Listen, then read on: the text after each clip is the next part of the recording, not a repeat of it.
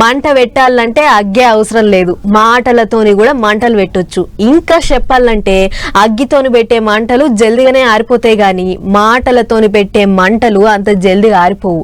కావాలంటే ఇక చూడుర్రి మాటలు పెట్టిన మంటలు ఎట్లా రగులుతున్నాయో.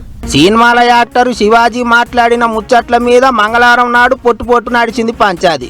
ఒకళ్ళు తప్పితే ఒకళ్ళు శివాజీ మీద సూటి పెట్టేసిండ్రు బాణాలు. ఆఖరికి పొదుమీకంగా ఆయన మాపు చేయమని అడుగుకుంటా ఓ వీడియో కూడా విడుదల చేసిండు. అయితే అక్కడితోనే ఒడవలేదు కిరికిరి. ఇక బుధారం మైకుల ముంగటికి వచ్చిన శివాజీ మళ్ళీ ఏమన్నాడో చూడండి. నా స్పీచ్ లో దొరికిన అన్పార్లమెంటరీ వర్డ్స్ ఒక 2 పదాలకి నేను సిన్సియర్ అపాలజీస్ చెప్తున్నాను. ఆల్రెడీ చెప్పాను.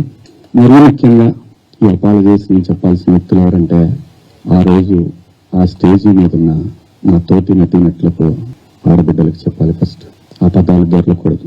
ఈ జీవితం ఎప్పుడు దొరకలాగా గదన్నట్టు తాను మాట్లాడిన మాటలల్లో ఓ 2 మాటలే తప్పు గాని తత్తిమ ముచ్చట్లన్నీ మంచియే అన్నట్టు చెప్పుకొచ్చిండు.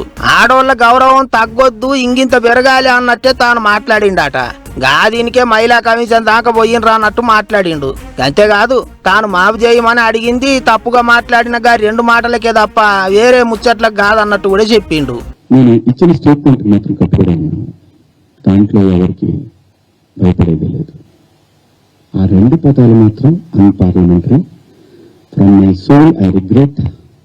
అవి మాట్లాడటం తప్పు. అపాలజీస్. ఇక అట్లుంటే శివాజీ మీద ఆడోళ్లే కాదు సినిమాల హీరోలు కూడా కొంతమంది గరం అవుతుండ్రు. గిట్లనే ఎవరి మనసులలో ఉన్న ముచ్చట్లు వాళ్ళ మనసులలోనే పెట్టుకోవాలి గాని గిట్ల బయటికి చెప్పొద్దు. అయినా ఆడోళ్లకు బట్టలు ఎట్లా వేసుకోవాలనో ఒకళ్ళు చెప్పే అవసరం లేదు అన్నట్టు మాట్లాడిండు హీరో విశ్వక్సేను. అటు డైరెక్టర్ వర్మ కూడా శివాజీ మీద గరం అయినట్టు ఒక కామెంట్ రాసిండు. గిట్ల మాటల కుంపటి ఇంకా రగులుతూనే ఉన్నది. అటు 27వ తారీఖు నాడు శివాజీ వచ్చి సమాధానం చెప్పాలి అని మహిళా కమిషన్ నోటీసులు ఇచ్చింది. మరిగా ఏమైతుందో చూడాలి.